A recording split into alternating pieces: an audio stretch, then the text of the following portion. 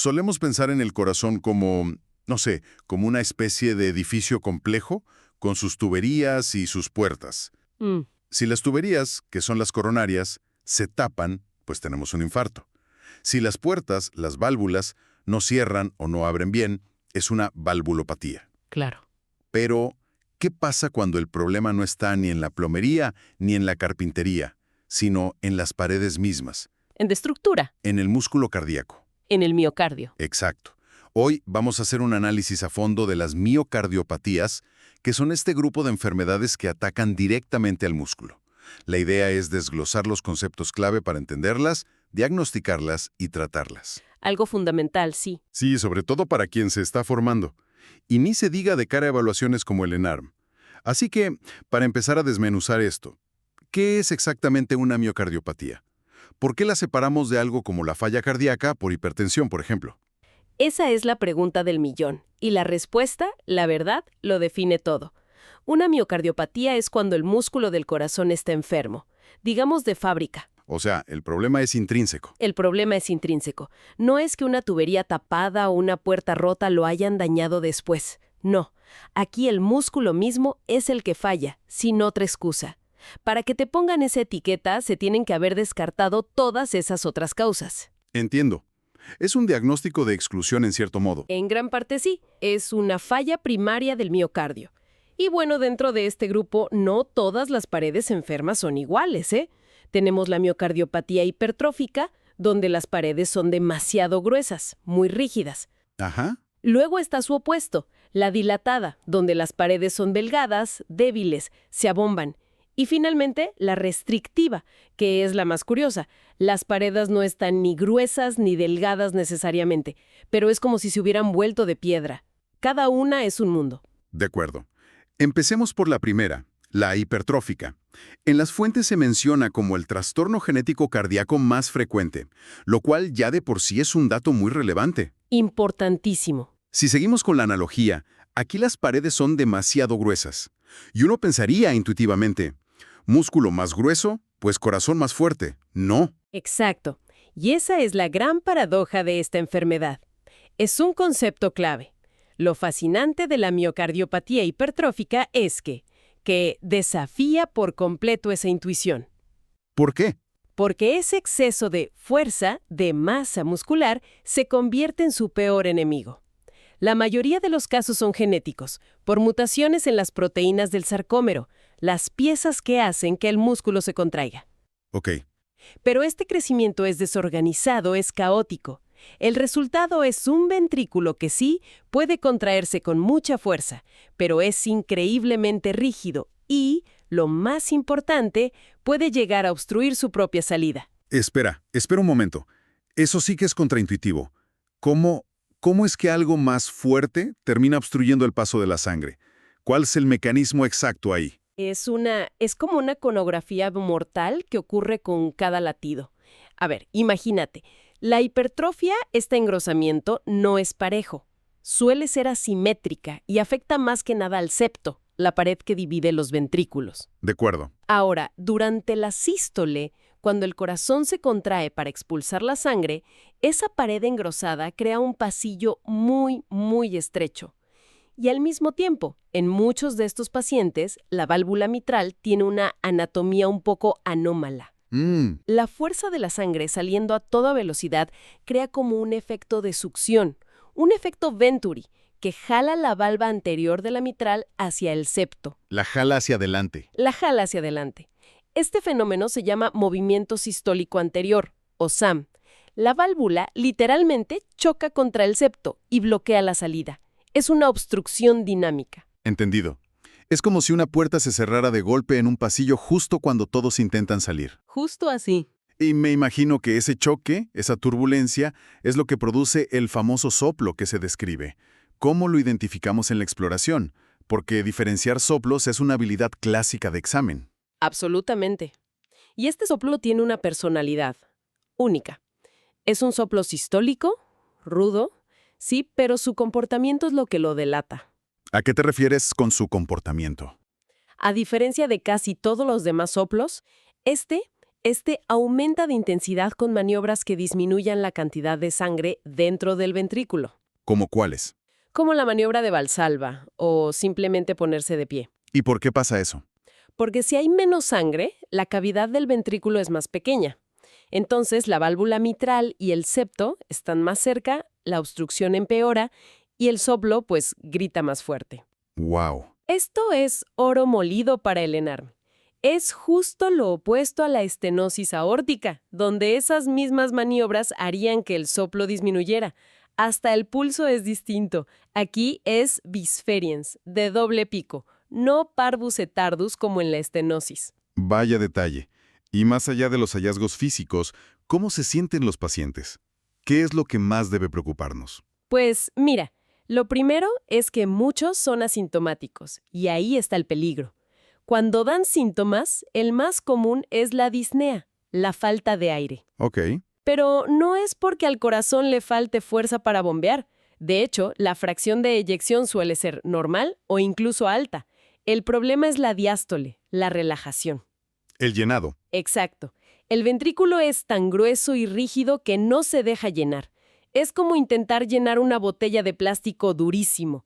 Apenas le cabe líquido y la presión sube por las nubes. Esa presión se transmite hacia atrás, a los pulmones, y causa la disnea. Entiendo. Pero sin duda el evento más temido es la muerte súbita por arritmias ventriculares. Es la causa más frecuente de muerte súbita en atletas jóvenes. Un dato trágico que siempre hay que recordar.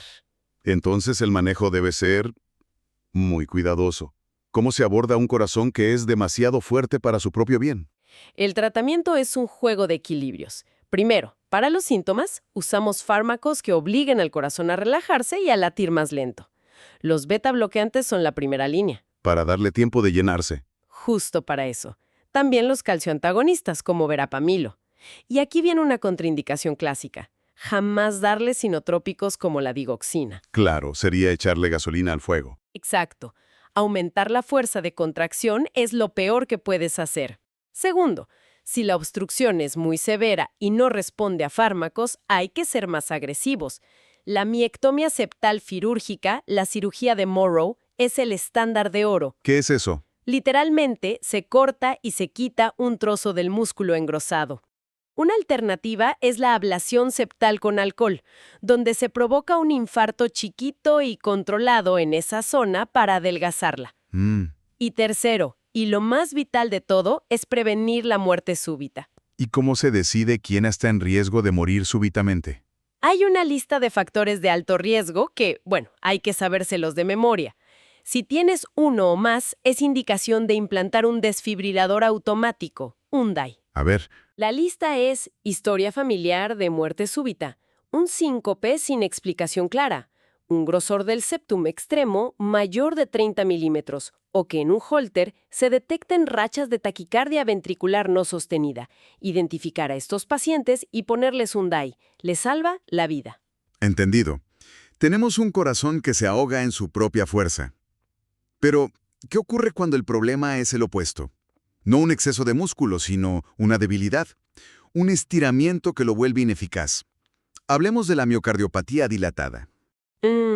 En nuestra analogía, sería como si el concreto de las paredes se hubiera vuelto débil, elástico, y el edificio se abombara hacia afuera. Es una analogía perfecta. En la miocardiopatía dilatada, el problema es justo ese, dilatación y disfunción sistólica. El corazón pierde su forma, se vuelve grande, esférico, flácido. Y no puede bombear. Y claro, un músculo sobreestirado y débil no tiene fuerza para contraerse. La causa más frecuente en casi la mitad de los casos es idiopática, o sea, no encontramos un culpable claro. Otro 25% tiene una base genética, aquí por mutaciones en proteínas del citoesqueleto, que son como el andamiaje de la célula muscular. Y dentro de las causas que sí conocemos, ¿cuáles son las que un médico en formación no puede pasar por alto? ¿Esas que son reversibles o especialmente importantes? Aquí lo más importante es pensar en las causas reversibles, porque ahí podemos cambiar el pronóstico. La número 1, la causa secundaria más común es la etilónica. ¿El alcohol? El alcohol es directamente tóxico para el miocardio. Es crucial preguntar por el consumo, porque si el paciente logra la abstinencia total, la función del corazón puede mejorar drásticamente, a veces hasta normalizarse. Increíble. Sí, otra causa reversible es la taquimiocardiopatía, o sea, una frecuencia cardíaca altísima y sostenida por una arritmia, por ejemplo, puede agotar al corazón. Si controlas la arritmia, el corazón se recupera. Ok, ¿y alguna otra que debamos tener en mente? Sí, claro. Hay que tener en el radar la miocardiopatía periparto que aparece al final del embarazo o en los meses siguientes, la inducida por quimioterapia con las antraciclinas como el villano clásico y, por supuesto, en Latinoamérica, la enfermedad de Chagas, Chagas, sí. que se manifiesta como una miocardiopatía dilatada muy agresiva. Si el cuadro clínico es el de una insuficiencia cardíaca clásica con un corazón débil, el manejo es simplemente el tratamiento estándar para la insuficiencia cardíaca. En esencia, la parte de los fármacos sí. Se basa en los 4 pilares: IECA, beta bloqueantes, antagonistas de mineralocorticoides y los ISGLT2. Los 4 fantásticos. Jaja, exacto. Pero, y este es un punto que no se puede subestimar. Hay un paso diagnóstico que es indispensable antes de colgarle a alguien la etiqueta de miocardiopatía dilatada idiopática. ¿Cuál es? Se debe realizar una coronariografía. Tienes que asegurarte de que la causa de ese corazón débil no sea simplemente que tiene las arterias tapadas. No puedes asumir que es un problema del músculo sin haber visto las tuberías. Es un error de concepto que en un examen te costaría muy caro. Ya vimos las paredes demasiado gruesas y las paredes demasiado débiles y estiradas. ¿Qué nos falta en esta analogía del edificio cardíaco? Nos faltan las paredes que se han vuelto de piedra. Y esa es la miocardiopatía restrictiva. La rígida. Exacto. Aquí el problema no es de grosor ni de dilatación, sino de rigidez. Es como si alguien hubiera infiltrado las paredes de concreto con yeso. El problema fundamental es una disfunción diastólica severísima. El miocardio se infiltra por sustancias anormales, como el amiloide o el exceso de hierro en la hemocromatosis. La sístole, la contracción, ¿cómo está? Puede estar bien al principio, pero el ventrículo es incapaz de relajarse y llenarse. En la fuente se insiste mucho en diferenciarla de la pericarditis constrictiva. Ambas son causas de un corazón que no se puede llenar. Este es uno de esos diagnósticos diferenciales que siempre aparecen en los exámenes, ¿no? Uf, sí, es un reto diagnóstico clásico. Clínicamente se parecen muchísimo. Ambas debutan con datos de insuficiencia cardíaca derecha predominante, edema, ascitis, las venas del cuello saltadas. Entonces, ¿cómo los separamos? La clave está en la hemodinámica y en las imágenes.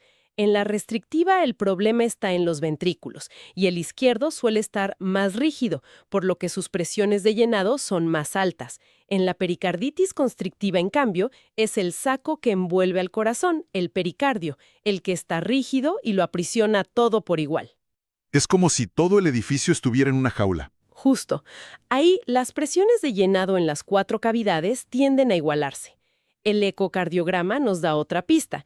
En la restrictiva es típico ver unas aurículas gigantescas que luchan por vaciarse en unos ventrículos que no ceden.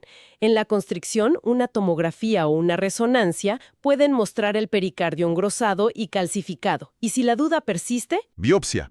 biopsia. Una biopsia del miocardio puede ser la respuesta, mostrándonos los depósitos de amiloide con su típico aspecto moteado o el hierro en la hemocromatosis. De acuerdo. Para cerrar, hay un par de entidades que mencionan las fuentes que tienen toda la pinta de ser preguntas de examen seguras por lo específicas que son: la miocardiopatía arritmogénica y el síndrome de Takotsubo. Totalmente. Son 2 joyas de la cardiología.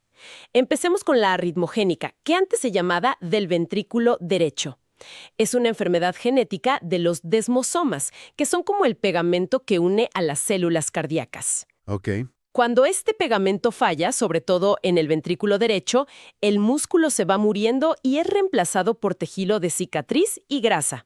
Es el sustrato perfecto para arritmias ventriculares malignas, típicamente con el ejercicio. Otra causa de muerte súbita en atletas. Otra causa importante de muerte súbita en gente joven, sí. Y supongo que tiene alguna firma en el electrocardiograma que nos pueda alertar. Tiene varias y son muy características. Lo clásico es encontrar ondas T negativas en las derivaciones precordiales derechas, de V1 a V3. Y el hallazgo patognomónico, aunque no siempre se ve, es la onda épsilon. ¿En la onda epsilon? Sí, es una pequeña muesca al final del QRS que representa la activación eléctrica tardía de esas zonas enfermas del ventrículo derecho. Como las arritmias nacen en el ventrículo derecho, en el electro se ven con morfología de bloqueo de rama izquierda. ¿Y el famoso síndrome del corazón roto? Suena algo sacado de una novela. Pero es increíblemente real. Es el síndrome de Takotsubo o miocardiopatía por estrés. Te pongo el ejemplo clásico. Llega a urgencias una mujer de 65 años, posmenopáusica, con un dolor de pecho terrible y cambios en el electro que gritan infarto agudo. Se activa todo el protocolo. Perfectas, limpias. Entonces hacemos la ventriculografía y vemos la imagen clásica. La punta del corazón está paralizada, abombada como un globo, mientras que la base se contrae con fuerza. ¡Wow! Ahí es cuando preguntas, ¿ha tenido algún disgusto o estrés muy fuerte últimamente? Y te cuenta que acaba de fallecer su esposo. Esa forma que adopta el corazón se parece a una vasija que usan en Japón para pescar pulpos, y de ahí el nombre Takotsubo. Lo más increíble es que esta disfunción es completamente reversible en semanas. Fascinante. Y solo para no dejarla fuera por su importancia en nuestra región, una mención final a la enfermedad de Chagas. Fundamental. El Trypanosoma cruzi tiene una afinidad especial por el corazón. Causa una miocardiopatía que se comporta como una dilatada, pero con sus propias peculiaridades. ¿Como cuáles? Por ejemplo, es muy característica la formación de aneurismas en la punta del ventrículo, que son zonas con alto riesgo de formar trombos. Y también tiene una predilección por el sistema de conducción. Es casi un sello de la casa la combinación de un bloqueo de rama derecha con un hemibloqueo anterior izquierdo. Entonces, hemos recorrido un espectro impresionante. De paredes demasiado gruesas, a demasiado débiles, a demasiado rígidas. La gran lección parece ser que, ante un paciente con insuficiencia cardíaca, es vital no quedarse con la etiqueta general, sino cazar la causa específica que está enfermando al músculo. Exactamente. Y para cazarla hay que entender la fisiopatología, comprender por qué un soplo aumenta con Valsalva, qué significan unas ondas de invertidas de B1 a 3, por qué la disfunción puede revertirse al dejar el alcohol, O porque es crucial preguntar por un estrés emocional. la diferencia entre un diagnóstico correcto y uno incorrecto, tanto en la clínica como en un examen de alta exigencia. Hay un último punto en el material que me dejó pensando. Se menciona que en la miocardiopatía hipertrófica, aunque sabemos que es genética, encontrar la mutación exacta en un paciente individual, hoy por hoy, casi no cambia su tratamiento. Es cierto. Y esto plantea una pregunta interesante a futuro. A medida que la medicina genómica avance, ¿en qué momento identificar el gen exacto, y no solo la enfermedad, comenzará a transformar radicalmente el tratamiento de estas condiciones, llevándonos quizás a una terapia verdaderamente personalizada que repara el defecto de base, en lugar de solo manejar los síntomas?